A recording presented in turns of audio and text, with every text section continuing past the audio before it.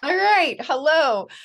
Today I have with me Chad Nedland. Hi, Chad. Hi, I'm so glad that we're able to mutilate each other's names and still smile and laugh. I did that to you earlier on an interview, so that's cool. Chad. There you go. Jack. The reason that I wanted to introduce you to or introduce to my followers you is that I have quickly realized that whenever I talk to you, I recognize the power that I have within me. And a lot of the things that I hear from the people that follow me is that they feel powerless, that they Hmm. feel that they can't do what they know to do. They can't do what they want to do. And so I just want to extend that power into our listeners today. So Chad, tell us a little bit about yourself. Wow. Okay. I grew up defeated, powerless, without direction, without a foundation. In fact, everything that I lived as a child was a lie. And if you asked my mom, if you asked anybody around me, I was the vibrant, happy, faith filled, joy filled, encouraging, strong young man. But that's what I showed them because that's what I was told they needed. And I adopted an identity of living something that I was not because I thought it was best for the world around me. And as I got older, I realized that things based on falsehoods crumble very quickly. That strength that I created in the world really didn't hold up when I actually got out of the house and got into the world because I realized life was real. You couldn't just put on a facade and put on a front and life was going to be okay. You put on a false front and you walk out there, you get shot, it shatters, you get hurt. And so I started to really dive in and understand who I was. Mm. And I began that journey in my early 20s. Most people begin that journey at 3, 4, 5 years old. I didn't have that space. It's not that somebody chose and said, I'm not going to allow him that. I said, I can't allow that. This is who I must be. Not because I have to, it's just I must be this person. This must be me. This is what I am. This is who I am. This is what I was born for. This is. There was no exploration of my identity when I was younger. And I started to identify some things in me. I was like, wow, I'm really, really pig-headed and stubborn and defiant. And then I started to look at things and I started to change the meaning behind what it was. And I went, wow, I'm determined. I have a strong will. I'm resilient. Mm. And then I realized I'm something greater than I thought I ever was. Now, the cool thing is that, like, if we go back into scripture, we find that names held meaning, and that meaning was almost prophetic over the life of the person. And I started looking at my life and I'm like, I wonder what my name means, right? So, when I was a little kid, I was usually the first one to raise my hand when it came to theater, to be music, in ministry, to volunteer to read scripture, to sing in front of the church, to go on a missions trip. When I got into high school, I was the first one to take the lead on something. And I went into the military and I ended up with men underneath my command. And when I got out of the military, all of a sudden I realized I was always promoted very, very quickly. I was always in that position of leadership. And I thought, what an amazing correlation when I looked up my name and it said great warrior and leader. Wow. And I went, that's everything that I have not been inside. Mm. But that's everything that constantly kept playing out in my life. And I realized, oh my gosh, my identity is not wrapped up in my action. What I do and what I don't do has nothing to do with what's inside me. Mm. But there's power when I release what's inside me. And so that kind of give you a synopsis of like who I am. I'm someone who discovered the true power of who I am which unlocked my identity, and that identity drives absolutely everything I do. And it's been my sole focus on teaching people to tap into that inside of who they are and to more powerfully express that into the world so that they can share their message and to live the life that they were created to live. That's amazing. That's amazing. So tell us a little bit about what you're doing now. Okay. So I spent about 30 years in business online. I spent about 20 years coaching and leading other people in that area. But currently, what we're really focused on is gathering together the impact makers in the world. Because in prayer for the last couple of years, all I kept hearing is you're created for more, you're created for more, you're created for more. And I went from like one-on-one coaching to group coaching to large coaching to coaching from stage to speaking from stage to traveling all over the country and speaking. And then internationally, because we have things like YouTube, right? Like there are no more borders and limits. And I'm like, okay, so I got book being sold in 17 different countries. I've got people viewing my content and hearing my message all over the world. And all I'm hearing is God says, I created you for more than that. And one day I said, God, come on, what more do you want? I don't understand. You said all corners of the earth. I'm around the globe. People are hearing me. What more do you want? And he just said, if you want to make a greater impact, identify the impact makers and impact them.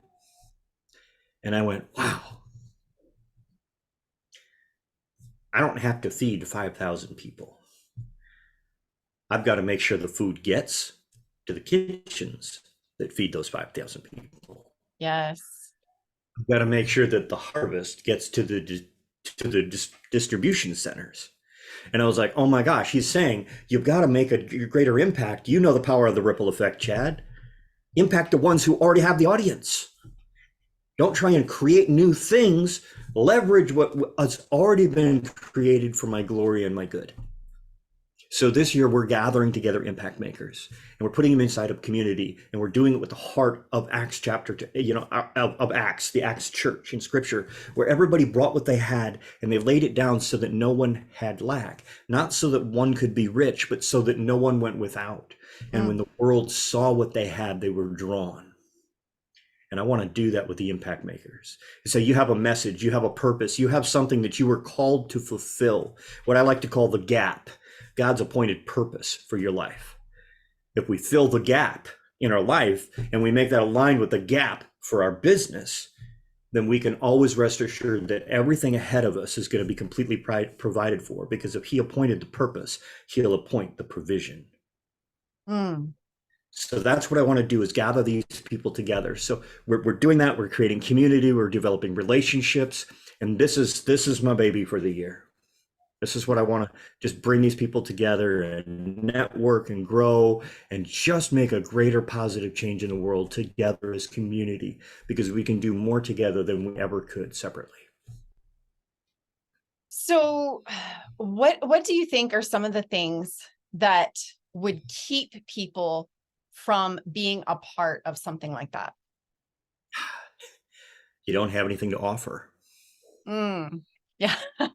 Your life isn't that significant. You haven't accomplished anything great. Nobody would really understand your value. These are all lies that I have heard people give me when I've said, hey, would you like to become part of this community? Well, there's not really much I could offer. Well, like, did you know that one person can change the trajectory of an entire society and culture? And they're like, what? I was like, what if that one person isn't you, but you have access to them and no one else does? What do you have access to? You can offer the community the trigger that causes an explosion that changes the world in a good way, right? Yeah. All of a sudden it's like, well, I don't really have much value. I don't really have anything to offer. I had somebody tell me that last week, and I said, I'm not going to venture to guess your age, but I'm guessing you're older than me. And if you've survived over 50 years, you have some lessons that somebody who's in their 15, 20, 30, 40s, they need to hear what you have, because you've overcome that. You've made it this far. It's not the great lesson. It's just, how do I deal with life today? that allows somebody to get to tomorrow where they get to bring their message to the world that changes a nation. So you have to understand that all those internal things that we believe about ourselves are untrue. They're constructs that our mind has created to keep us safe. Well, the problem with safety is safety keeps us also from pushing boundaries and experiencing new things, seeing new things, impacting new people, experiencing and fulfilling the very life that we've been called to live. We're safe, but we lack purpose. Sometimes our greatest purpose is fulfilled by stepping outside the boundaries and saying, I'm willing to take a hit to save the lives. Oftentimes, you never take a hit, but you're able to start reaching those people. And that's how we just eliminate some of those internal things that a lot of people deal with. Is you got to realize, like I did when I was a child, just because you were told that's what you should believe doesn't mean it's who you are. Just because your message doesn't seem significant doesn't mean that it's not groundbreaking for someone else. There's so many times over the years where I've said something that I'm like, okay, this is common sense. And the person across from me looked at me like, oh my gosh, that's genius. That and was I'm me. Like, and I'm like, that's Tuesday. Like, I don't understand the value that someone else sees in it. And chances are, whoever you are that's listening, you don't understand the value of what you have either. But there's somebody else that would value that more than almost anything that they possess. Don't hide it from them. Absolutely. So you talk a lot about the internal. What are some external things that are keeping people from taking this step? I don't have time. I can't afford it. Those are the two biggest things, time and money. Time and money. And then it's time, money, and energy. I guarantee they've got enough energy to walk to the other room and turn on the TV. They can stare at the TV, but they don't have the energy to sit in a Zoom room and have a conversation.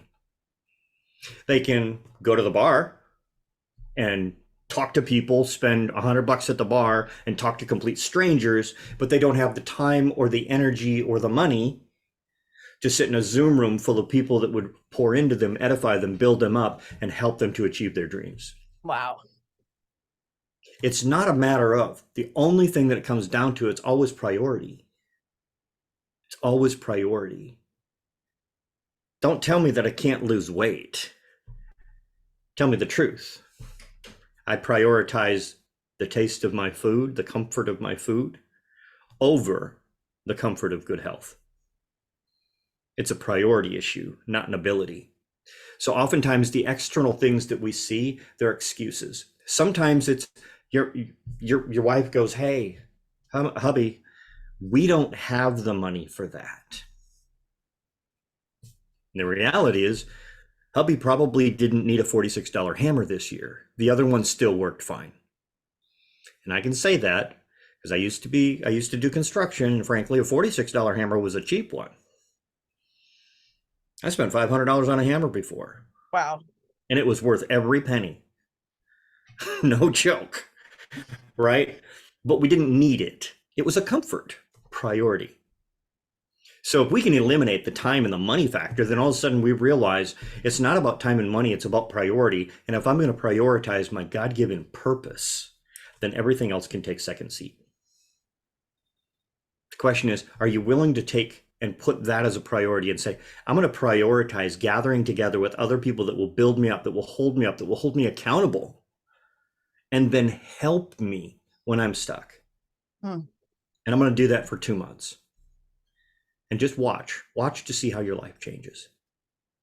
So I know that everybody listening to this right now is like on the edge of their seat.